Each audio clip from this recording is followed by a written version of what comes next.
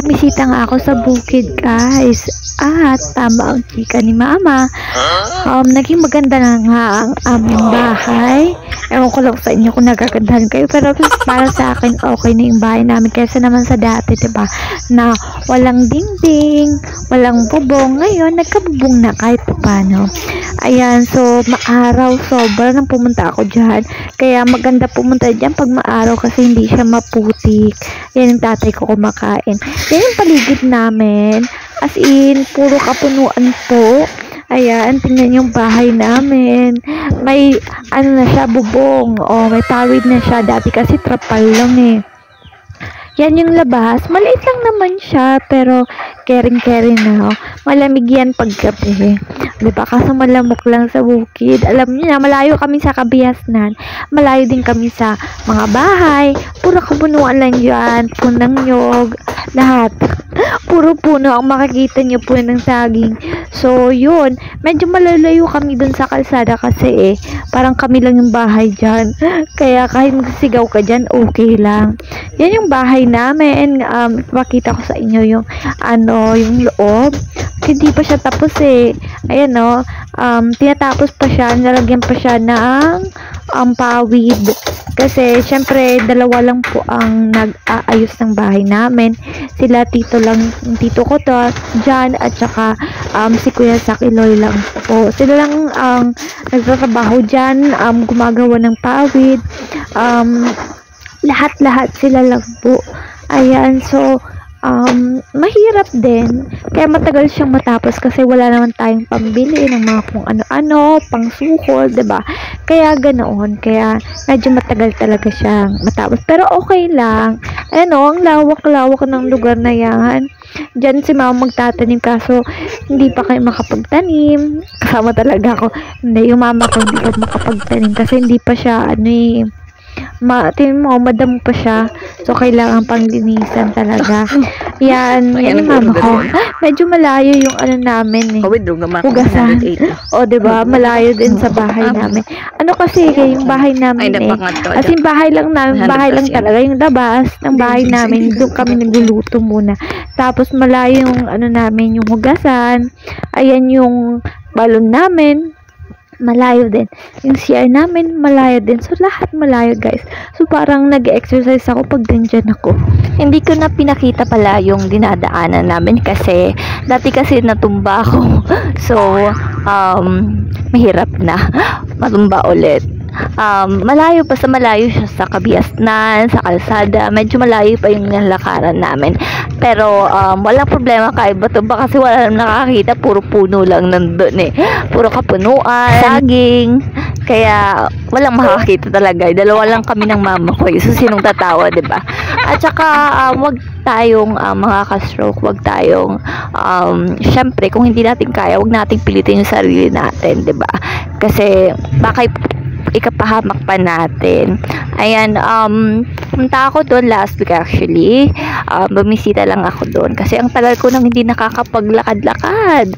Alam nyo, ang masasabi ko, mga ka-stroke, pag naglalakad kayo, at saka pag nag-exercise, huwag niyong titigilan. Kasi katulad ko, matagal ako nakapaglakad after 1 month.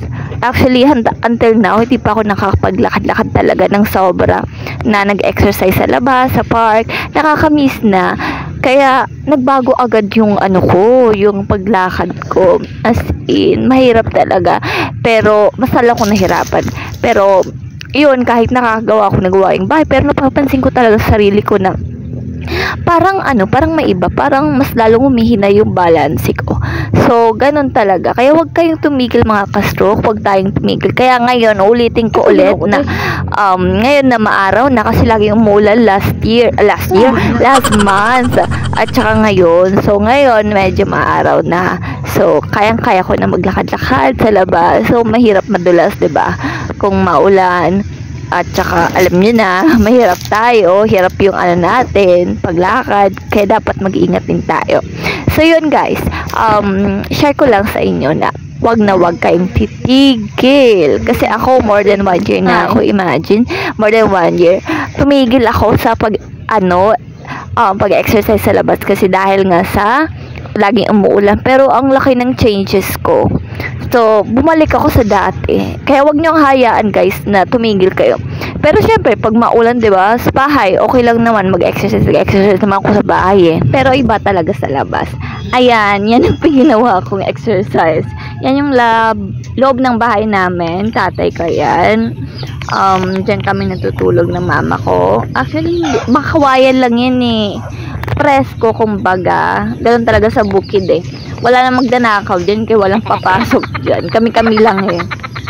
Katabi namin yung tito namin. Kapatid ng mama ko. So, walang masyadong gamit kasi bago pa lang, 'di ba? So, yan. At saka trapal pa yung nasa taas. At saka lupa lang talaga. Sa labas yung lutuan namin. Ayan. Hindi pa kasi tapos yung bahay eh. Ayan, tingnan nyo. Sa labas lang talaga lutuan namin eh. Ayan, andyan lang yung mesa. Maraming nakalagay. Yan yung lutuan ng tito ko. Ang tagal maubos. Actually, pag umuulan lang, ginagamit na nila. Pero usually talaga kahoy lang talaga. Ako takot din ako sa gas. Ewan ko ba. Pero mas gusto ko ang kahoy. Kaso hindi nga ako makapagsindi ng kahoy. Kasi yung isa kong kamay hindi pa nga okay. So, ayan guys. Masaya dyan actually. Presko yung hangin. 'Di ba? May ka-stroke din tayo dyan actually. Kaso hindi ko siya nakausap. Ayan, gabing-gabi na. Kaso, tignan nyo naman guys. Wala kayong makita na ako din. Wala akong makita. Kasi po, wala po kaming kuryente. Solar lang po kami. So, madilim talaga pag gabi. Pero okay lang. Kahit madilim, at least nakakain pa rin. Ang ulam ko pala, ewan ko kung ano yan. Kangkong ata yan eh. O gulay lang. Fresh from the from the farm, joke lang. Diyan lang yan. At saka umaten pala ako ng Christmas party sa amin. Wala lang. Umatay lang ako. Syempre kailangan magsaya-saya din ah. Maraming salamat pala guys sa mga tumututok sa akin. Medyo mahaba yung video na to. May naglagay sa akin, habaan ko daw eh. Thank you so much pala sa lahat-lahat ng sumusuporta. Maraming salamat. Hindi ko alam kung sino mo pa shoutout ngayon. And thank you so much guys. Next time ulit, sana nandiyan pa rin kayo. Bye-bye!